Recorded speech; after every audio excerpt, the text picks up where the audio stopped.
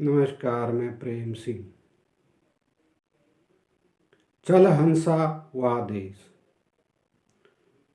संत कबीरदास जी ने एक लाइन में बहुत सारी चीज़ें कह दी हैं।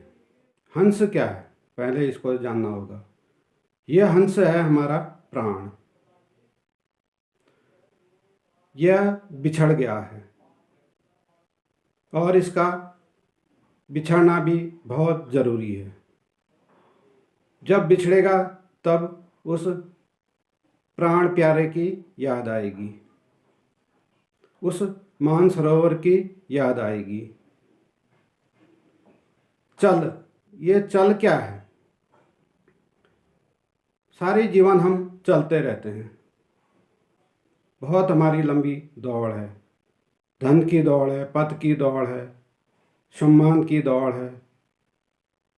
आखिर में हम इन चीज़ों को पा भी लेते हैं तो हमारे हाथ खाली रह जाते हैं। हम धन कमाते हैं तो समाज में बड़ी इज्जत होती है, बड़ा सम्मान मिलता है, लेकिन हम भूल जाते हैं वह सम्मान हमारी आत्मा का नहीं होता, वह धन का ही सम्मान होता है।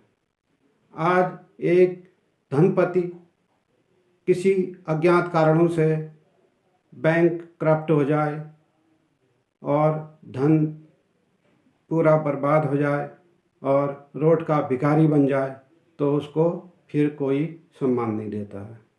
तो इसका साफ मतलब हुआ कि धन को सम्मान मिल रहा है।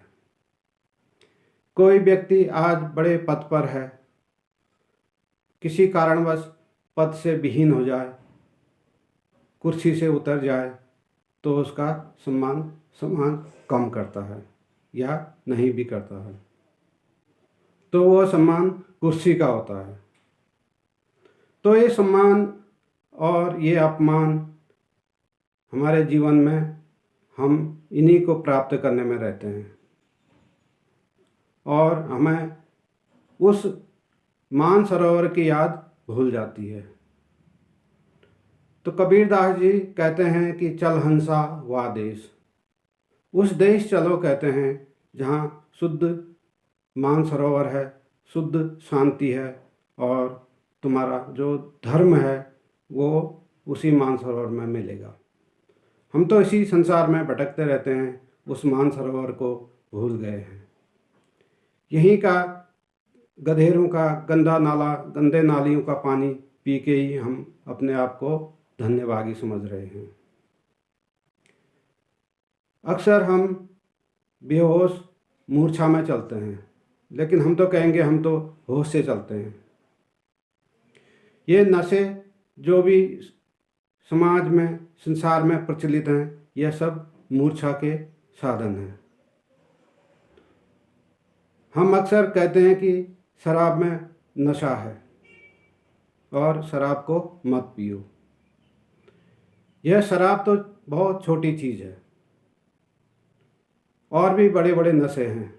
राजनीति भी एक नशा है, भोजन भी नशा है। इन नशों का सारे धर्म क्यों विरोध करते हैं? क्योंकि नशा मूर्छा लाता है, बेहोशी लाता है। और हम जिस चीज़ को, जिस परमात्मा को, जिस आत्मा को खोजने के लिए इस धरती पर हमारे कई कई जन्म हो गए, लेकिन हम भटकते रहते हैं, मूर्छा में जीते हैं, मूर्छा में ही मर जाते हैं। तो धर्मों ने इसका बहिष्कार किया है कि नशों से बचो। हमारे जागरण में ये बाधा डालते हैं। इसलिए संत महापुरुष हमें ज्ञान की ज्योति, धर्म की ज्योति, ध्यान की ज्योति, इन चीज़ों के बारे में बताते हैं।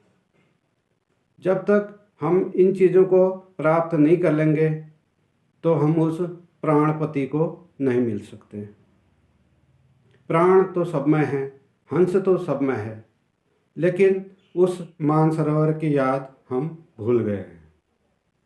इसलिए इस संसार में महापुरुष, संत पुरुष, बुद्ध पुरुष हमें जगाने के लिए आते हैं, हमें अपना बोध याद दिलाते हैं, बोधपूर्वक जीने की कला सिखाते हैं। बुद्धत्व सबका अधिकार है, क्योंकि सब प्राणी एक ही परमात्मा से आए हुए हैं और सब उसके अधिकारी हैं। तो हमें उस मानसरोवर की यात्रा करनी है और अपने जीवन में शांति लानी है। तो आज का विषय यहीं पर समाप्त करते हैं और आशा करते हैं कि उस मानसरोवर में डुबकी लगाएं जिससे हम बिछड़ गए हैं। नमस्कार।